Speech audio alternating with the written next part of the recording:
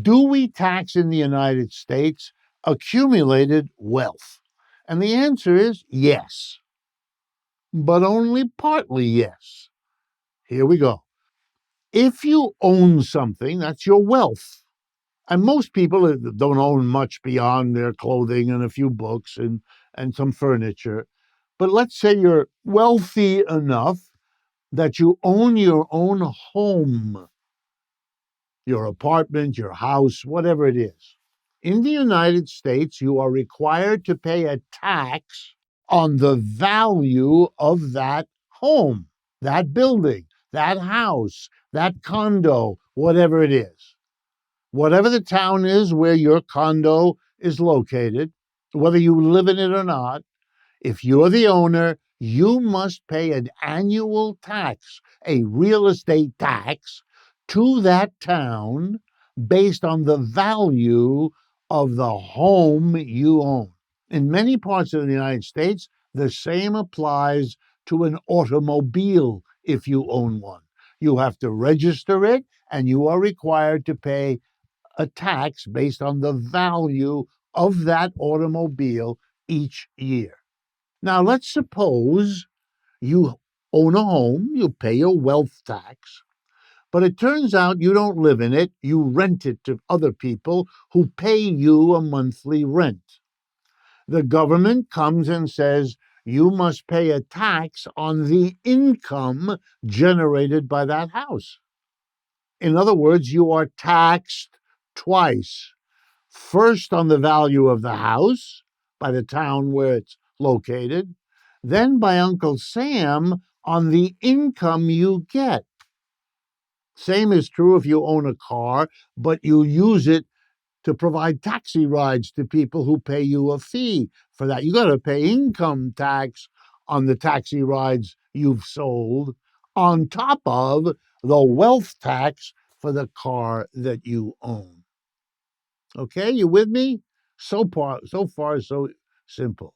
You no longer have to pay property tax to your town because that's now the burden of whoever bought the house from you. And if you choose to hold your wealth in stocks and bonds, then you get out of any wealth tax whatsoever. The richest people in America, this should come as no surprise, own most of their wealth in the form of stocks and bonds. Most wealthy people do. They don't hold the bulk of their wealth in a car or a home.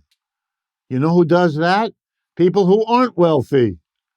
People who are just one cut above living from paycheck to paycheck. They might have enough for a down payment on a home or to buy a car.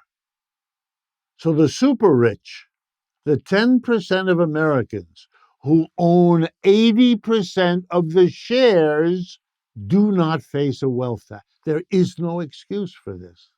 None. Zero. You know why that exists? Because rich people have been worried enough, clever enough, coordinated enough to lean on the politicians who were corrupt enough to do the deal. The rich supported the politicians, funded them, donated to them, whatever word you like.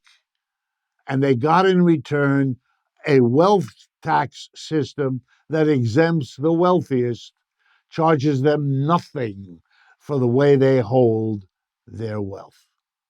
Wow. You live in that, friends. And are we talking about significant wealth? Oh, yeah. 20 trillion minimum, probably more. We could tax it at unbelievable low rate, and the government of this country would be flush with taxes. From whom? From those most able to pay, from the richest amongst us. There it is.